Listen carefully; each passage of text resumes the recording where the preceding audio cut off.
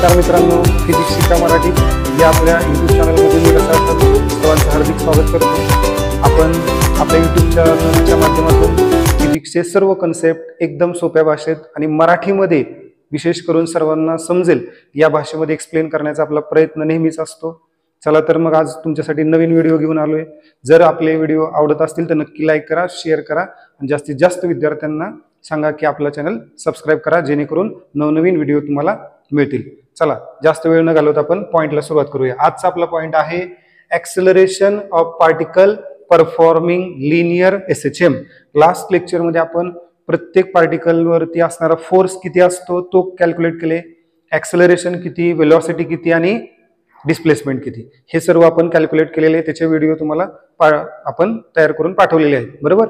आज आपण काय पाहतोय तर एक्सेलरेशन हे मॅक्झिमम कुठं असेल आणि मिनिमम कुठं असेल। तर आपल्याला माहिती आहे सिंपल पेंडुलम ही लिनियर एसएचएम आहे, बरोबर आहे का। सिंपल पेंडुलम मध्ये असा आपण एक दोरा घेतला आणि या दोऱ्याला एक ऑब्जेक्ट लावला या ठिकाणी, बरोबर, किंवा असं म्हणूया आपण हा दोरा आहे आणि याला हा ऑब्जेक्ट आहे, बरोबर।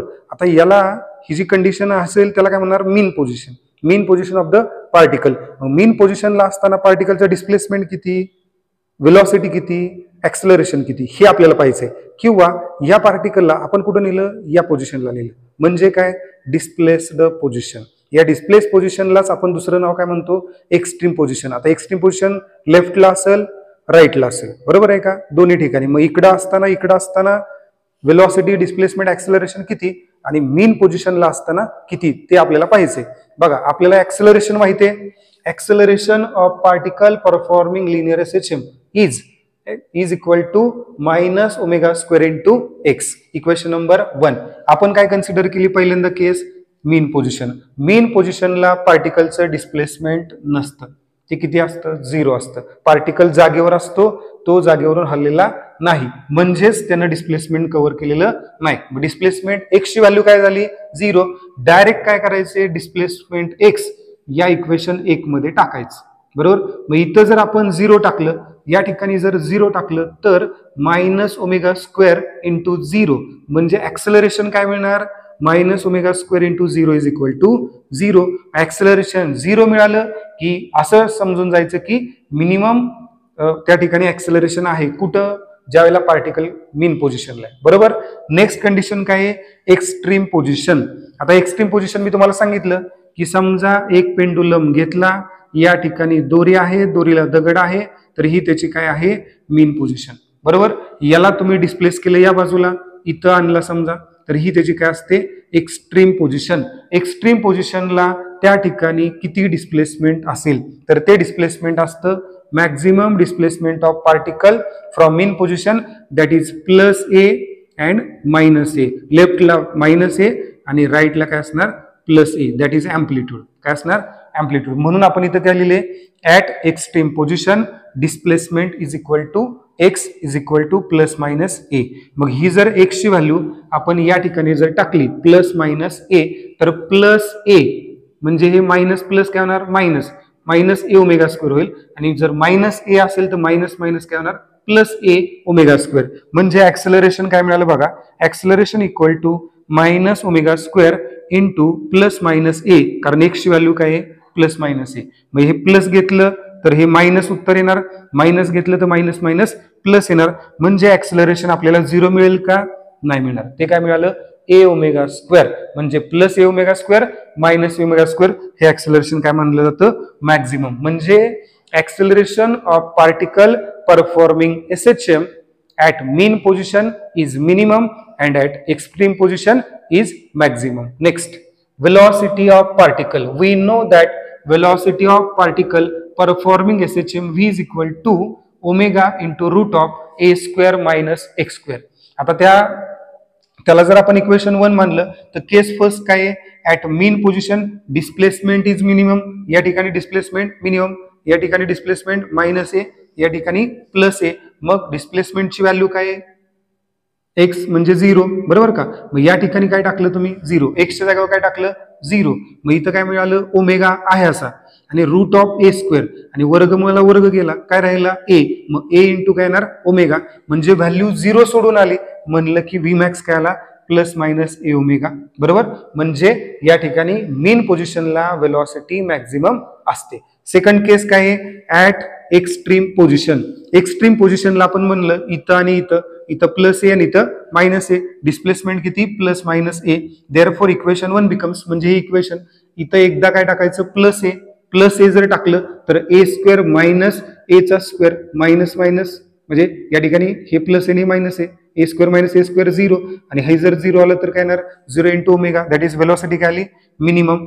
आता लक्षात घ्या मायनस ए जरी टाकलं तरी मायनस ए चा स्क्वेअर काय येणार आहे, ए स्क्वेअरच येणार आहे. मग ए स्क्वेअर मायनस ए स्क्वेअर काय येणार 0, तरी पण ही व्हॅल्यू 0 आली, 0 इंटू ओमेगा काय आला 0. म्हणजे मिनिमम स्पीड हे एक्स्ट्रीम पोझिशनला इथं आणि इथं असणार. लक्षात आलं. जेव्हा पार्टिकल लिनियर एसएचएम मध्ये असतो त्याचं वेलॉसिटीची जी व्हॅल्यू आहे त्याची वेलॉसिटी मीन पोझिशनला मॅक्झिमम असते आणि एक्स्ट्रीम पोझिशनला दोन्ही बाजूला काय असते मिनिमम असते. नेक्स्ट आहे डिस्प्लेसमेंट ऑफ पार्टिकल, बरोबर. डिस्प्लेसमेंटचं इक्वेशन आपल्याला माहिती आहे, X is equal to A sine omega T plus alpha. त्याला आपण काय म्हणलं इक्वेशन नंबर 1. आता या इक्वेशन मध्ये लक्षात घ्या या ठिकाणी ए म्हणजे काय अँप्लिट्यूड, ओमेगा म्हणजे अँग्युलर फ्रिक्वेन्सी किंवा angular velocity, T be the time and alpha be the constant किंवा फेज अँगल आहे तो. लक्षात घ्या. आता या ठिकाणी ज्या वेळेला तुम्ही हे दोन इक्वेशन पाहिले तर त्याच्यामध्ये व्हेरिएबल फॅक्टर कोण होता डिस्प्लेसमेंट, म्हणून मीन पोझिशनला एक्स्ट्रीम पोझिशनला डिस्प्लेसमेंट घेतलं. इथं सुद्धा अँप्लिट्यूड कॉन्स्टंट आहे, अँग्युलर फ्रिक्वेन्सी कॉन्स्टंट आहे आणि डिस्प्लेसमेंट काय आहे व्हेरिएबल आहे. कारण डिस्प्लेसमेंट काय होत राहतं चेंज होत राहतं, डिस्प्लेसमेंट काय होत राहतं मीन पोझिशन पासून चेंज होत राहतं.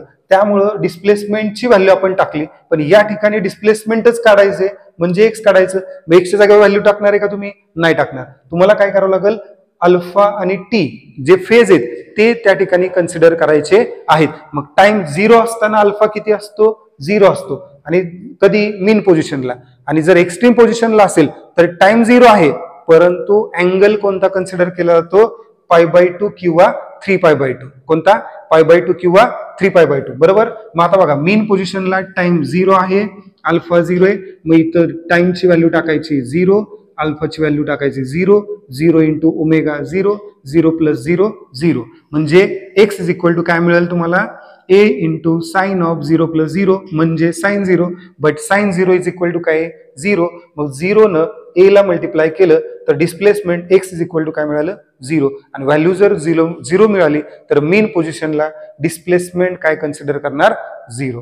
एक्स्ट्रीम पोझिशनला लक्षात घ्या टाइम 0 आहे पण अल्फाच्या व्हॅल्यू किती 2 आहेत, एक तर π/2 आहे आणि एक 3π/2 आहे. मग इथं आपण एक अल्फा इज इक्वल टू π/2 लिहिले आणि अल्फा इज इक्वल टू 3π/2 लिहिले, आणि या दोन्ही वेळेला टाइम काय आहे 0.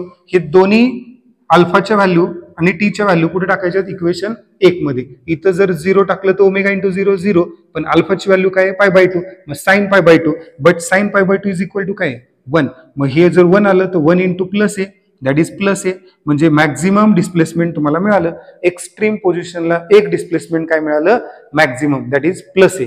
आता दुसरं जे आहे ते या ठिकाणी दिले एक्स इज इक्वल टू काय A into sine of 3π/2, but sine of 3π/2 म्हणजे काय 3 गुणिले 180 म्हणजे 540 भागिले 2 270. साइन 270 ची व्हॅल्यू किंवा साइन 270 किंवा साइन 3π/2 ची व्हॅल्यू -1 आहे, बरोबर. मग ए आणि -1 यांचं मल्टिप्लिकेशन काय आलं -a, म्हणजे डिस्प्लेसमेंट काय झालं मॅक्झिमम झालं. म्हणजे याचा अर्थ डिस्प्लेसमेंट हे मॅक्झिमम आहे कुठं एक्स्ट्रीम पोझिशनला, आणि मीन पोझिशनला काय 0. बघा लक्ष द्या, परत एकदा लक्ष द्या, डिस्प्लेसमेंट हे मॅक्झिमम आहे कुठं मीन पोझिशनला, वेलॉसिटी मॅक्झिमम आहे कुठं एक्स्ट्रीम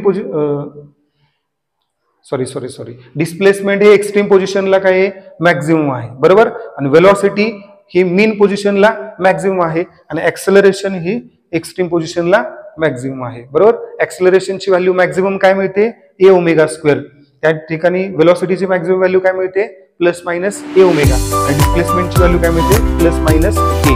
या 3 इक्वेशन वरून सुद्धा थिअरीला क्वेश्चन असतो आणि प्रॉब्लेमला सुद्धा क्वेश्चन असतो. आपले सर्व व्हिडिओ मराठीमध्ये असणार आहेत, त्यामुळे सर्वांनी आपल्या चॅनलला लाईक करा, शेअर करा आणि